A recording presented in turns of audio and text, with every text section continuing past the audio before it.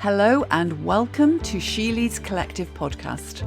I'm Mary Gregory and I'm so glad you're here. This podcast is a space for honest conversations about what it really means to lead as a woman today and how we can all show up with more courage, care and clarity. You'll hear from inspiring women, powerful allies and bold truth tellers who are changing the game, not by playing tougher, but by leading smarter, softer and stronger. A quick note before we begin. This episode discusses sensitive topics including domestic abuse and abuse in the workplace, which some listeners may find upsetting. If you need support, you can contact the National Domestic Abuse Helpline on 0808 2000 247 or visit nationaldahelpline.org.uk for confidential advice and support. Hello and welcome to today's episode of the She Leads Collective podcast. What if the reason someone seems disengaged or difficult at work is because they're fighting to survive something unimaginable at home?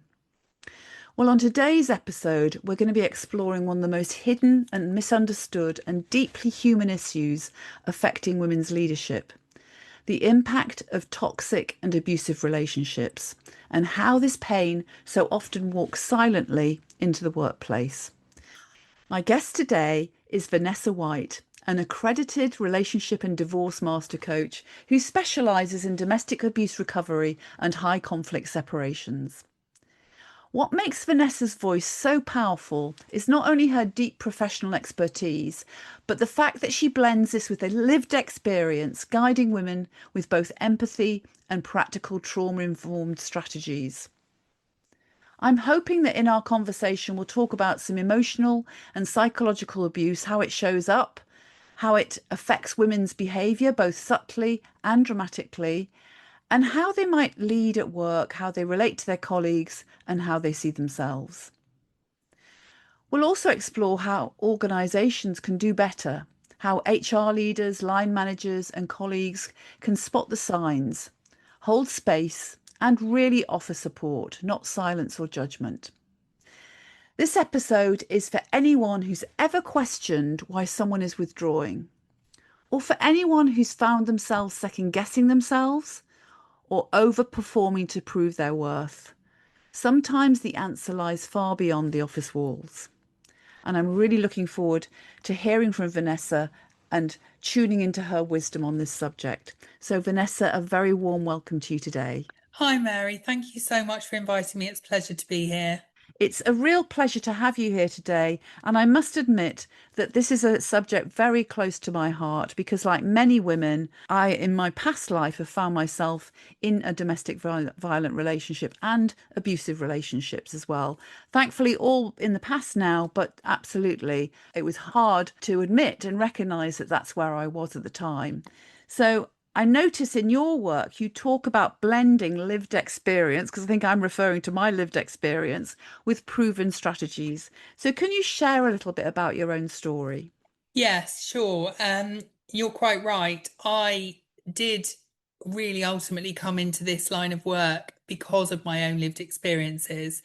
And I chose to train and become an accredited coach and then go on and do a master accreditation, which gave me the specialism in domestic abuse, because I too have lived experience of domestic abuse a long time ago now.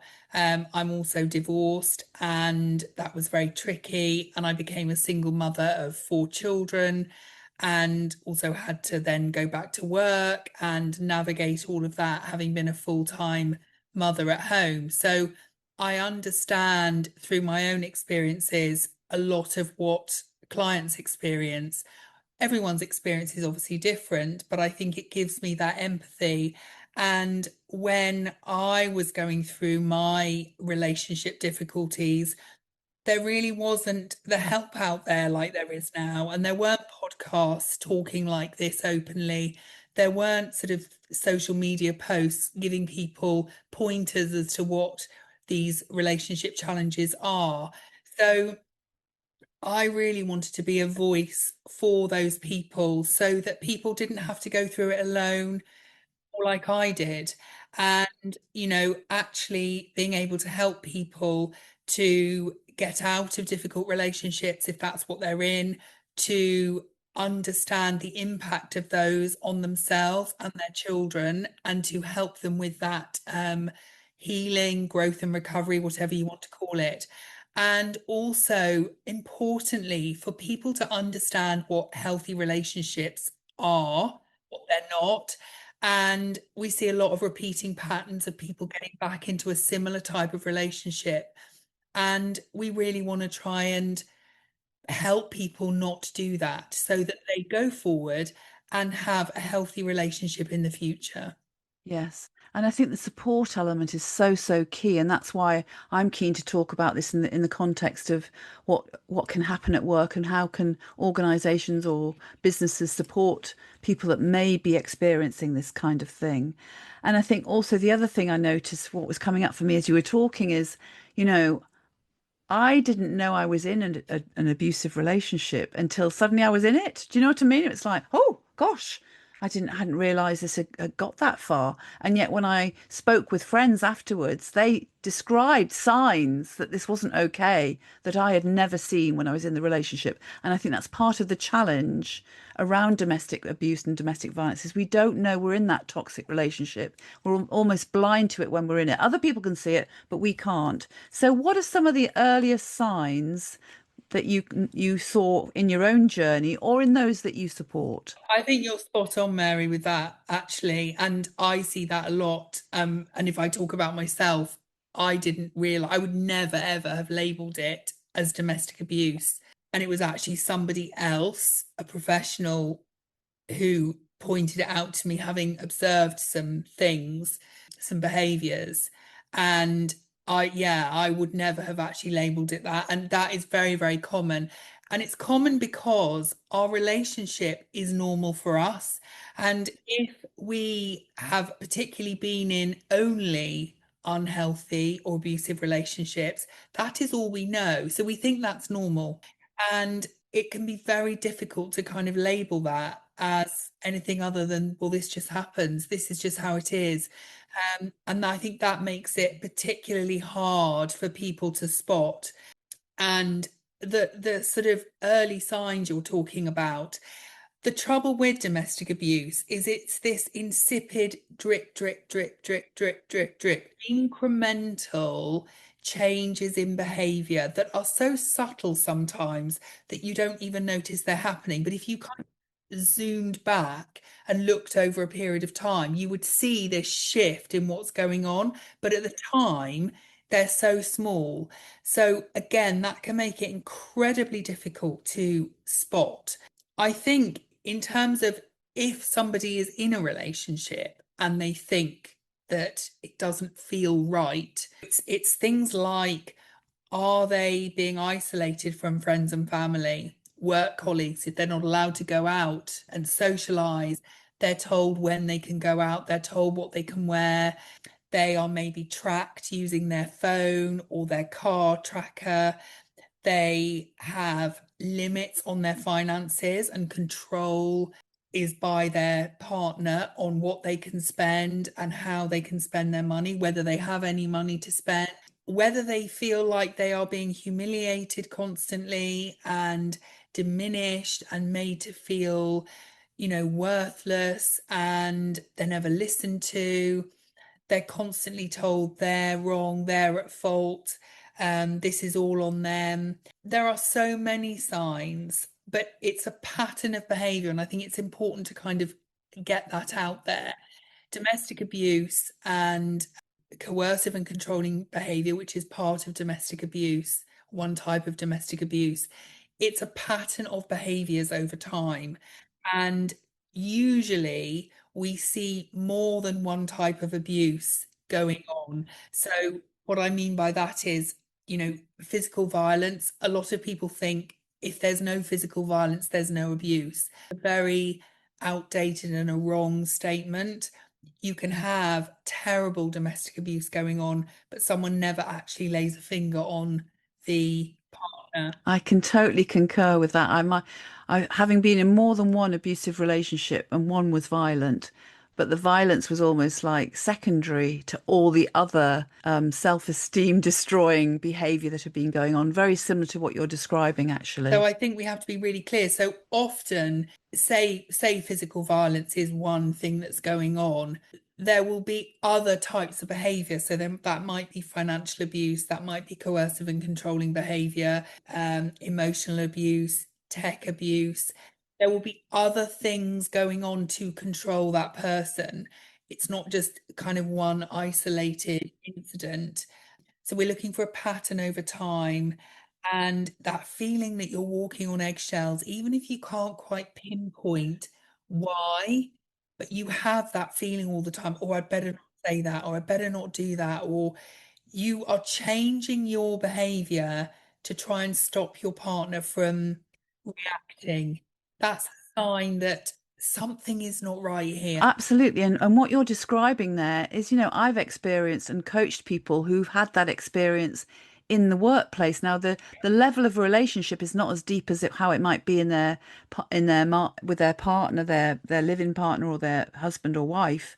But there's still that sense with their boss or with their colleagues that they're having to walk around on eggshells. So that's a great thing to flag to people. If you're getting that experience in the workplace, that's an indication that something is not okay in those working relationships. That's such a great thing to raise, Mary, because actually I experienced that myself later. And I recognized I'd done all I kind of knew the signs and things like that. And I had exactly that experience with someone in my workplace in the past. And you know what? I recognized in myself the feelings I'd had when I was with my ex-partner who had been abusive to me. And I was thinking, why am I feeling these things that I had with that person in this work context? Walking on eggshells, feeling like I was being gaslit, which is where we're made to believe we're kind of going crazy, things didn't happen. Those things, I recognize that in work. So you can have, control and abuse, bullying in the workplace, in family situations. It doesn't just have to be in romantic relationships in terms of those kinds of behaviors towards somebody else. Ultimately, control, bullying, abuse comes from a power thing. It's a power play, isn't it? Wanting power over. And sometimes it's obvious the power play that's in place, i.e., a boss with their employee. Sometimes it's less obvious what the power dynamic actually is, but the root of abuse, bullying, control is about power. And we have to kind of remember that. It kind of just stirs me to hear all this, really. And I hope for those, if anyone is listening to this and is experiencing those sorts of experiences at work, that this conversation is going to be helpful to them as well. So I'm just going to mention a few statistics before we go on into exploring abuse and domestic abuse and the workplace a bit more, because I think it's useful to share these statistics because often when we're in that abusive situation, we feel incredibly alone. And this is from the National Centre for Domestic Violence. 1 in 4 women experiences domestic abuse or violence in any year, and 1 in 6 or 7 men. So I think we need to flag this is not just exclusive to women. Men do experience it too, although it's kind of works out about 2/3 women to men in terms of the number of people that are experiencing domestic abuse or violence. And last year, 1.7 million women and 700,000 men experienced domestic violence of one sort or another. So this is a big, big issue. And another statistic that really struck me as well, because it's not just about the people who are at the cusp of this and experiencing it, it's also their families, their children, other people around them. 12.6 million in our country alone were affected by it last year. We're talking about a big proportion of the population. This is a serious issue that really does need to be talked about. So we've already mentioned then, we've got into the conversation already about abuse doesn't stay at home. So you might be being abused at home, that might be where it's happening, but it will impact how you show up at work. I know from my own personal experience, it absolutely impacted my sense of self-worth and my confidence.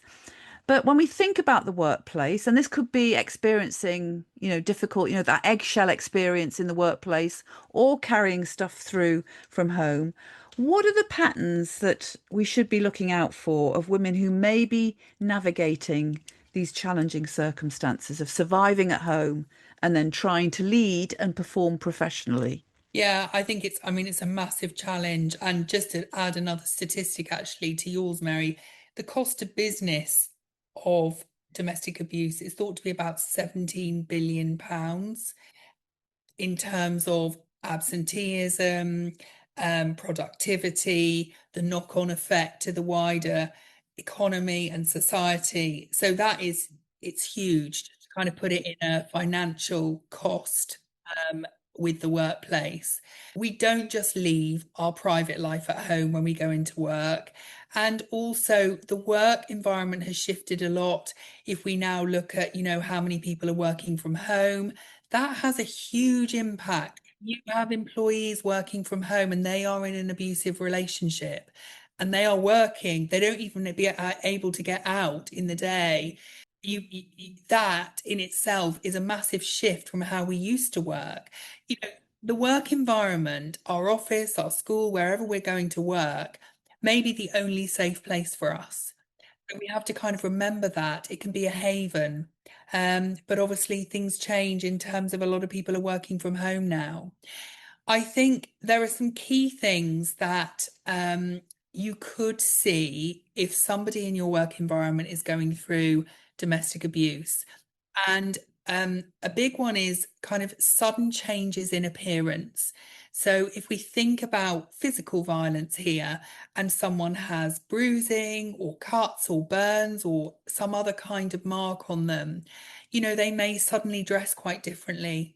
They may be covering up, a big one is like the weather we've been having here, and someone's coming in covered up, long sleeves, long trousers.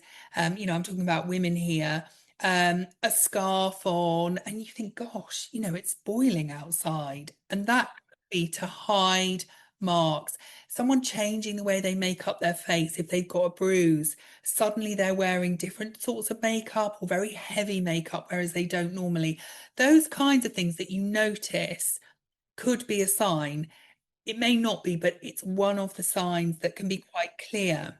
I think also if someone sort of used to dress and take pride in their appearance, sometimes maybe they can become a bit more scruffy because they're not allowed to dress in a way that shows them off in the best light. So they may suddenly become slightly more disheveled, a bit less stylish, take less pride in what they look like, their hair, just things that you notice quite a shift. Those things can be quite noticeable and quite stark. Again, a change in behavior generally. So somebody, even if you can't quite pinpoint it, but and again, this is about building up a picture. We want to kind of look at the whole of the person if we can. Absenteeism is a big one with domestic abuse because people could be absent a lot, either because they have been injured and so they have to take time off work, or because their partner is controlling them going out of the house, or, people take their partner's car keys and so they can't actually drive to work. They have no money to get the bus, so they can't get to work. So there are lots of reasons with domestic abuse why someone may be absent from work. And absenteeism, excessive levels, or again, a shift, suddenly they're becoming much more absent than they were, ringing in sick, having to go home, all of those kind of things. Lateness is another one. Again, they either have been kept on purpose, so they are late for work, so they get in trouble when they get to work. It could also be people doing excessive hours. So if someone's safe haven is their office, they could come in really early and they could go home really late. And again, if you think this is kind of a bit excessive, it could be because they just don't want to be at home. And that is noticeable. And overly anxious, if their phone rings, if there's a call, they get quite jumpy or they have to answer something straight away, or you're very aware that around their phone and things like that, there is behaviour that denotes nervousness, isolation from colleagues, someone who used to go out, someone who used to chat to you at lunchtime, suddenly they're at their desk working at lunchtime, they don't socialise with you, they won't go out for the nights out, they become very withdrawn and very isolated. Their partner turning up at work suddenly, oh, I brought your lunch for you, and everyone thinks, oh, what a lovely partner you've got. But actually, it's just to check they are at work. It's manipulation. So the partner suddenly showing up more, waiting outside at the end of the day, bringing things in, those kinds of things. There's a lot then. There is a lot of signs, but what I get the general thread of that is that it's a change in behaviour. So they might have been really cheerful. There's lots of things. Some can be subtle, some less so. And obviously that you see that change if you know the person. They've been in your environment working with you for a long time. Of course, if it's a new person and you don't know them, you don't know there's a shift, or you don't know that's not how they naturally would be. So that's more difficult to see. And if you were a manager and you started to notice some of these changes, how might you approach a conversation with your team member? I have to put that into context. If you are in an abusive relationship, it doesn't matter what type of abuse is going on, you are frightened of your partner and what they might do. And if you don't know what threats they've had to keep quiet, if there are children involved, you are going to be super cautious about opening that door to let people know what's going on. So we have to kind of remember that. So I would say tread carefully. If you're a manager in an environment, and there is an obligation for workplaces now to actually, as part of their kind of care for their employees, to focus on supporting around domestic abuse. Now, I don't mean they sort of have to become social workers or anything like that, but actually you do have an obligation for the safety and well-being of your employees. So I would say sensitively, talk to them. I would do it verbally. I would refrain initially from doing emails or anything written, because again, you don't know whether the perpetrator reads their emails, reads their phone, and sees the manager going, oh, I'm really worried about you. I noticed you've got a black heart, in an email that is then read by somebody else. So I would do it verbally, take them nicely aside for a coffee. Everything okay?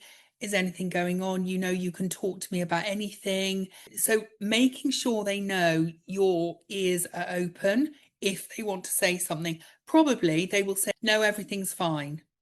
And it takes time and time again, very often, for someone to disclose domestic abuse. It can take 8 or so times for someone to leave an abusive relationship. So we don't expect someone necessarily to go straight away, oh, yes, actually, this happened. More often than not, then they're going to go, no, everything's fine. Thanks, no, everything's fine. Can I get back to work now? And that does not mean there is not something going on. So we want to keep that door open, keep checking in with that person, because if they know they can trust you and that you are safe, they will hopefully eventually open up and go, actually, this is happening and I don't know what to do about it. You have to build a culture of trust. You have to listen without any judgment and respect what they're saying. So even if they tell you something is going on, but they're like, I can't do anything about it right now, help them where they can. If they need a private room, to make phone calls to police, to social workers, to housing, to be able to plan how they might get out, to a solicitor. Offer them that in the workplace, because they may not be able to ring people from home. And if you have domestic abuse policy within your organisation, which organisations are being encouraged to do now, which shows that you are an understanding, trusting, safe environment for people to talk to, that can be really helpful. Just keep your door open, keep saying to that person you're there to support them, and in no way try and force them to share anything. Just be there for them consistently. Be there for them consistently, and don't take them saying nothing's going on as a thing that nothing is going on. And it's being consistent. Actually keep an eye on that person, look for some of those other signs that we talked about earlier on, and just have a regular coffee with them. It doesn't have to be a heavy meeting, and just keep checking in. Let's go and have a coffee. And also, if it's your boss and you don't normally talk about personal life, in any way. And I don't mean kind of deep stuff even, but if I'm the manager, actually me letting that person in slightly to my life, just, talking about, what I did at the weekend, whereas normally I might not do that with this employee. If I was checking in, just saying, oh gosh, I had such a fun weekend, or I did this at the weekend, or my kids were a nightmare. Just slightly, it's not obviously on the same context as a disclosure of domestic abuse, but just by you being a bit more open about your life could encourage the employee to feel they could tell you something about theirs. And I guess what I'm hearing there is that's you're starting to deepen the relationship. It's beyond that sort of work. We just talk about work and what needs to be done. We actually are starting to treat each other as human beings here and get connected on a different level, which I guess if someone is going to share about what's going on, they need to feel that connection and that trust at that level. 100% trust is important because these people do not feel safe. They are not safe in their most personal relationships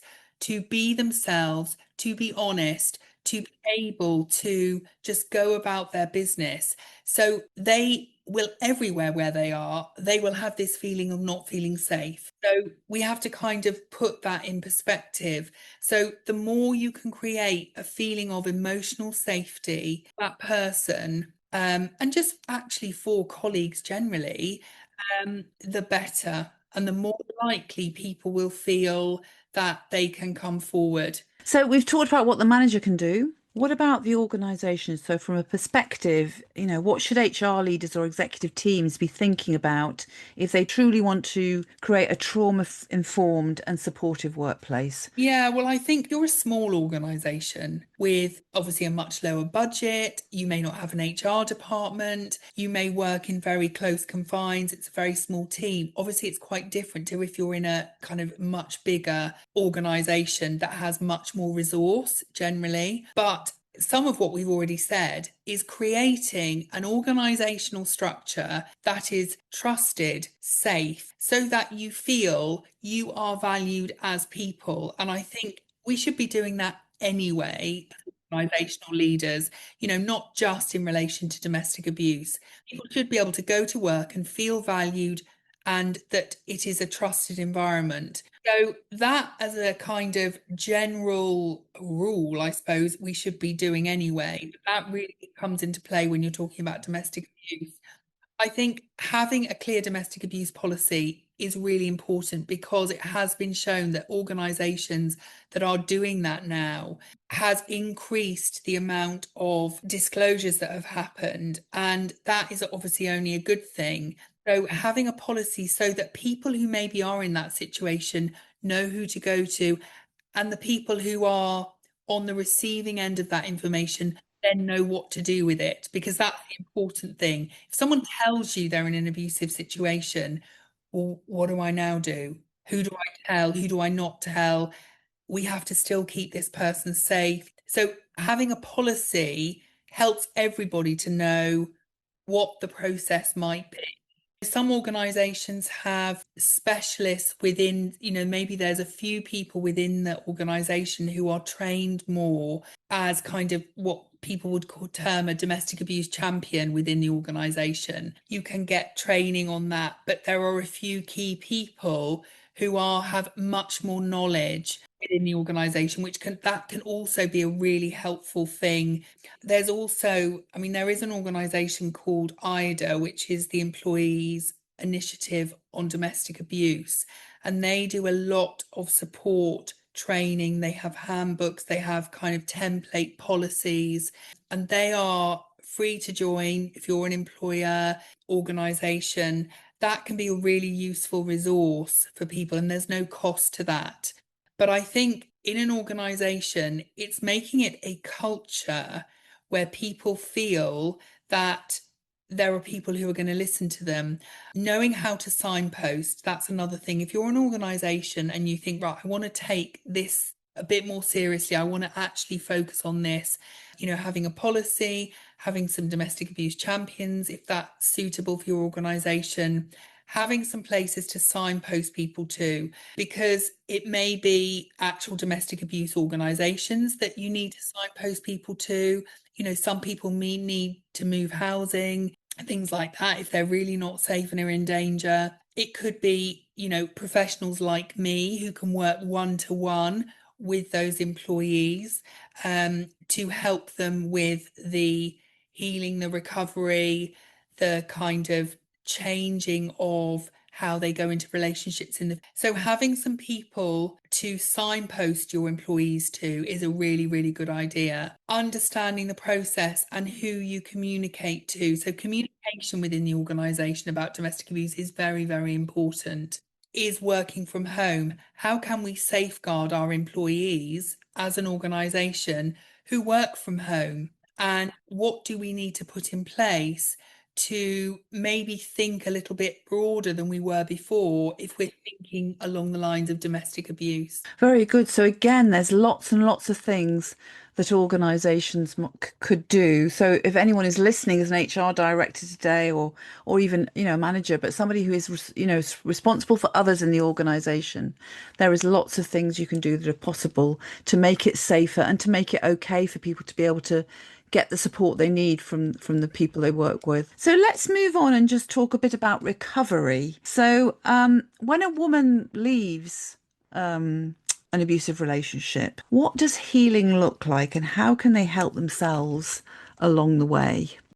Yeah, I mean, yeah, you'll know yourself, Mary, leaving the relationship is not the end of the story. It's kind of the start of that rebuilding, recovery journey, reclaiming who you are, um, all of those things. So there is a lot to kind of be done after a relationship has ended like that. And as we've sort of talked about, post-separation abuse is a real thing. And so abusive behavior can continue.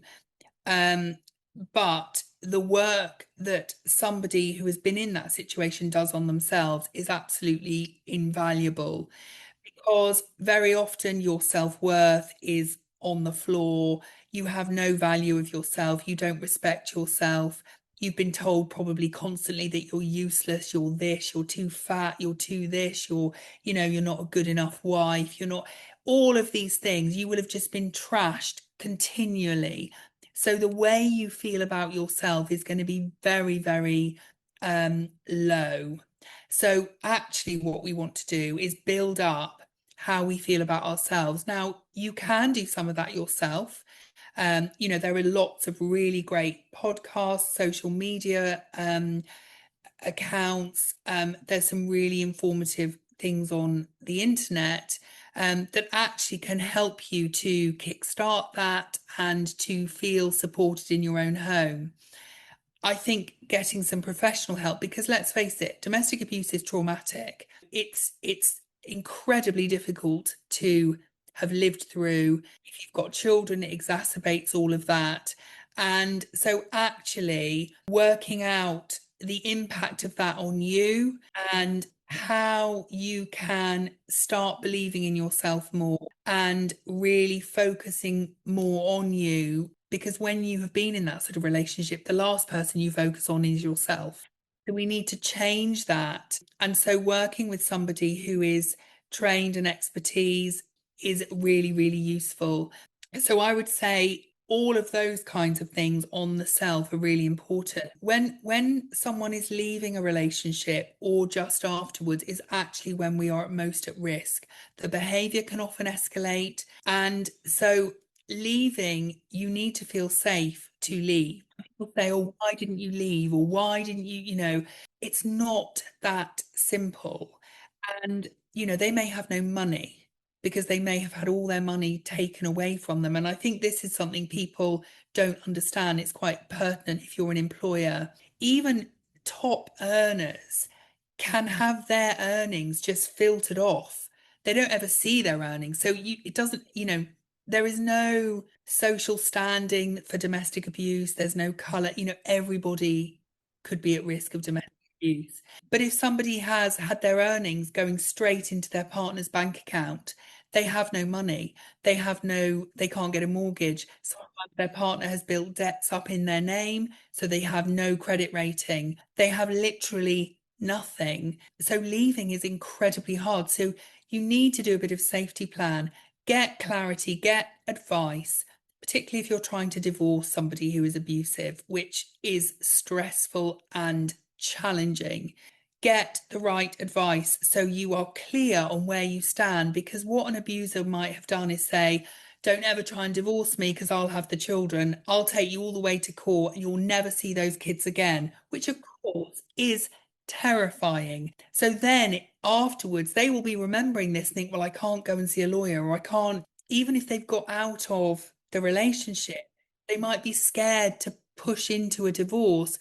So it's really important to get advice from people, because what your abuser has told you will be wrong. It will be to do with control and manipulation and scaring you to stop taking action. So go and get good advice. And so if you're an employer, help your employees do that. Give them 2 hours to go and have a meeting with a solicitor.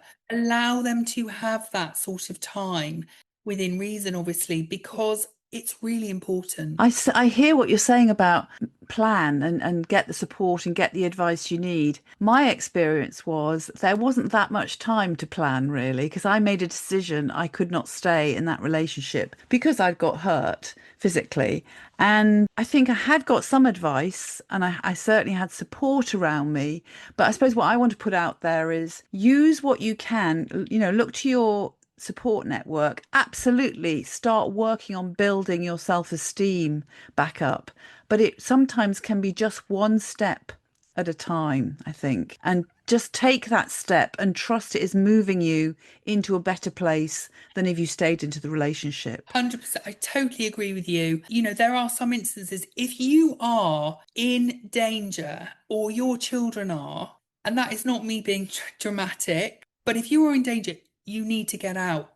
It's not always easy to do that, even when you're in danger. Call the police, get out. It is super important. And that's a really, really clear message. I think also some of the things can be done after you're out. So those things are, it's long term. To recover from an abusive relationship takes time. It's not something that like tomorrow we're all fine and it's okay.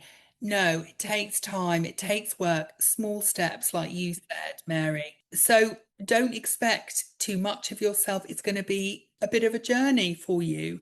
But a lot of those things you can do once you're out of it. But there is something about, for me, there are different arms to the support that you get. There's the legal support that you can get, and that's absolutely there. There is the emotional support that you might find from friends, but also there's almost the foundational support, which, I mean, I'm a great advocate for therapy. I definitely went into therapy. I was in therapy before I left, actually, but I continued it long, long time afterwards because it was so important for me to not find myself in that situation again. Yeah, 100%. Because for me, I talk on a personal level, but also just for me looking at others, there is nothing kind of more soul destroying to me than somebody who has, got out of a relationship, if we're talking about abuse like that, which is hard in itself. Getting out of one of those relationships takes courage and determination, and maybe many times trying to do it.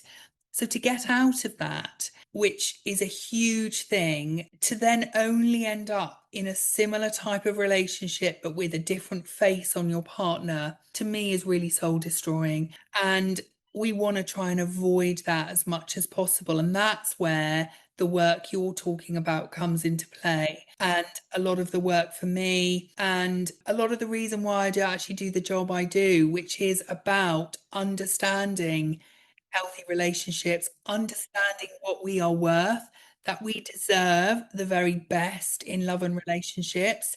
And that work is really important. Very much so. And that there is another side to life. I think my memory of coming out of that situation was it did feel like just all doom and gloom and exhausting. But now looking at where I am now, having done that work, there is a completely other side to life that you can experience if you do that work. Actually, not even if you do that work, because it will be different for different people. I went into therapy. Other people will do other things, that will be supportive to them. But it is about doing the work that will support you to heal. I think the biggest thing is we need to learn to understand ourselves. Because, like I said a few moments ago, when we are in an abusive relationship, we don't look at ourselves at all.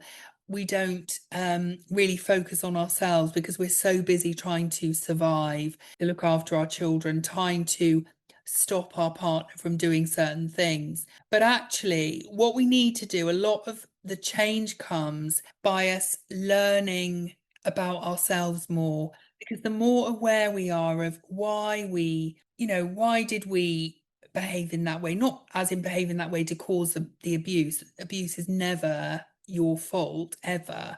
But in terms of why I felt that way, or why did I react in that way, or why did I stay so long, or why was I not confident enough in myself afterwards? And now actually becoming aware of ourselves and learning about who we really are and what we really want and how we can go about and get it, and that we can be happy, we can choose how to live our lives.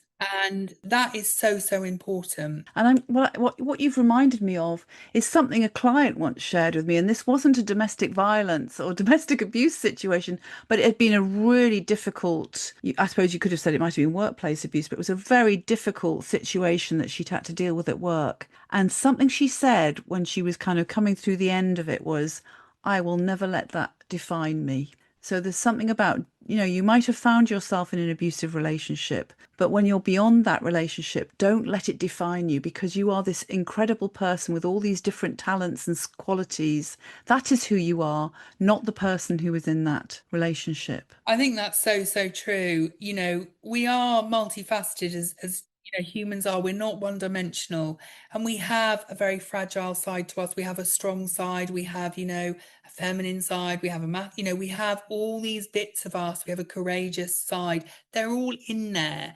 And, that fragile side of me, when I look back at the person I was in that relationship, I'm the same person, but that was a very fragile version of me. That person is still in me, that fragile version, and I nurture it, and I kind of recognize that. But that kind of has also got me to where I am. Yes, gives you certain qualities. Yes. So I think you're right. And I think we have to look at ourselves as a whole, and absolutely we do the best we can in the environment we are at all times. And I think we can't ever do any better for ourselves than that. I think when you're in an abusive relationship, it's really hard to explain to somebody who's never experienced it what it is actually like. And there is light there at the end of the tunnel. You can get through it. You absolutely can. And, I obviously have, you have, and I have kind of, that experience has given me my business now. I had no idea that was going to happen. Obviously, I've made choices to kind of make that happen, but I wouldn't be where I am now without that experience. Thank you for that. That's really helpful. What would you say to someone who's listening right now who might be in a difficult relationship but isn't sure whether it's bad enough? Well, if you feel like you are not content in your relationship, and I don't mean, oh, I'm just having a bad day or a bad week. If you feel like you're walking on eggshells, you're not sure what to expect from your partner, even if that's kind of the long and the short of it, we should feel like we can be authentically us in our relationship. So we can show up to our partner and or to anybody as us. It is not for us to change ourselves to suit our partner. Let's be really clear on Mm. this. That doesn't mean we're always right and we don't communicate and kind of negotiate or ever see their point of view. It's not about that. We're not about being perfect. It's not about, yes, I'm this person who I'm the oracle and everyone else just kind of bows down. That's not what I'm talking about. But we should be able to be us. And that obviously comes with us being comfortable with the us in the first place. But healthy relationships should have good, open, honest communication. We don't always have to agree, there will be conflict, but we can discuss that conflict. We might shout, we might have an argument. That is okay. We can still respect what the other person is saying, and they can respect what we're saying. You don't have to agree, though. there should be feeling safe that I can say what I need and how I feel. So if you are feeling like you can't talk openly and honestly to your partner, you don't say things to them about really how you feel, or when you've tried to, they just bat it down, don't listen, or they're like, oh, don't be so stupid, or, you get that sort of response. They don't respect your boundaries, that you feel like you're not really important in the dynamic, then that doesn't necessarily mean it is abusive, but there clearly needs to be some work on the healthiness of the relationship. So maybe one of the ways of getting help might be couples therapy. If it's Couples lack of therapy can be really communication. useful if you are feeling like the relationship isn't working quite as well, but actually, I do love this person and it is not toxic, so it doesn't have those signs we were sort of talking about earlier, then couples work can be really useful.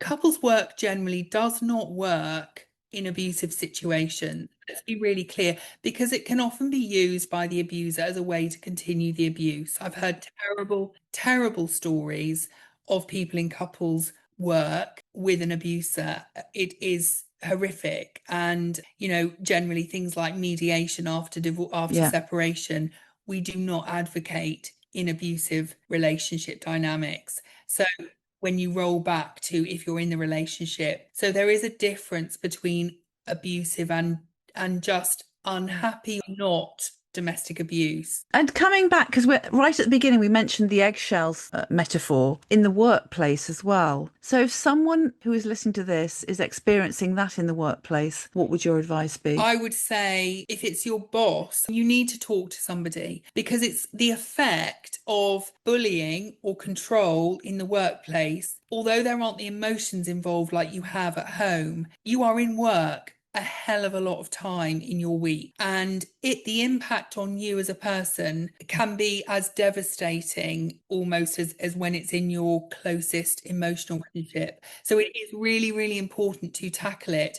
but obviously it can be frightening. And if there's somebody in your organization that you trust and you can talk to, and there will normally be policies within organizations about workplace bullying, might be worth reading. You can get them off your website. You don't have to necessarily go to HR, but have a look at what the organization structure and follow that procedure. You could talk to a union representative. So if you're a member of a union, they will have advice for this kind of thing that obviously you can ring outside of work and actually have a conversation, get a sense check of what's going on. And if you really want to you follow kind of what your process is of who you need to speak to within your organization, try and get things in writing and try and get examples of behavior. If things are happening, keep a bit of a record. That's also good in your home, actually. If there are times where this behavior happens, keep a note of it in your diary. Dates, times, was anyone else there? Did anyone witness it? Keep a little log, because you may need that if it goes any further. And also, you can show someone the pattern of behavior. That's really important. That's very, very helpful. Vanessa, thank you so much. I'm going to bring us on to our final question now. There's been so much that's been helpful that you've shared today, but my final question is, what's one truth about relationships, boundaries, or recovery that you wish every woman, especially women in leadership, knew? Gosh, what an amazing question. How broad is that? That everybody deserves a healthy relationship. And that is one where they are seen, they are heard, they are understood, they can really shine as who they are, and that they feel safe to set boundaries. Boundaries are our gatekeeper of essentially telling people what behavior is suitable to us. And we all deserve to be able to set boundaries and have them respected. So please just know your worth in your relationship, and you do deserve to be treated with respect and value in your relationship, and actually whether that's at work or at home. Thank you so much, Vanessa. This has been a really, really enlightening conversation and a very deep conversation. I'm going to ask you to share with me, not, you don't have to do it now, but if you can share with me organisations that people can get help with or support from, and I'll put those into the show notes to make sure that they're available for people. Thank you so much. Thank you so much, Mary. I've really loved our chat, and thank you for inviting me. Before we wrap up, I want to share something with you. Do you ever feel like your confidence isn't really the issue, but wish you could strengthen your ability to deal with things that keep chipping away at it? The bias, the double standards, the pressure to prove yourself, to name just a few. That's exactly why I created Exploding the Confidence Myth, a 3-month programme for women leaders who are ready to change that story. It combines one-to-one coaching, group coaching, and a powerful in-person workshop. The next programme starts at the beginning of November, with the workshop taking place on the 7th of November at the Connaught Rooms in Holborn, London. Past participants have described it as validating, supportive and stretching. They've become more visible, raised their value, increased their financial return and broken through patterns that have held them back. But perhaps, most importantly, they've gained a deeper sense of okayness with who they are, recognising they already have something valuable to offer. If this resonates with you or you know someone who would benefit, you'll find all the details in the show notes. I'd love you to join us. Thank you so much for listening to the She Leads Collective podcast. If this episode resonated with you, follow the show or share it with a friend and leave a quick review below. Or leave us a comment. Change happens through conversation, so let's keep this one going. Listen out for the next episode and join me as we keep lifting the lid on the stories that matter. Take care and keep leading with heart.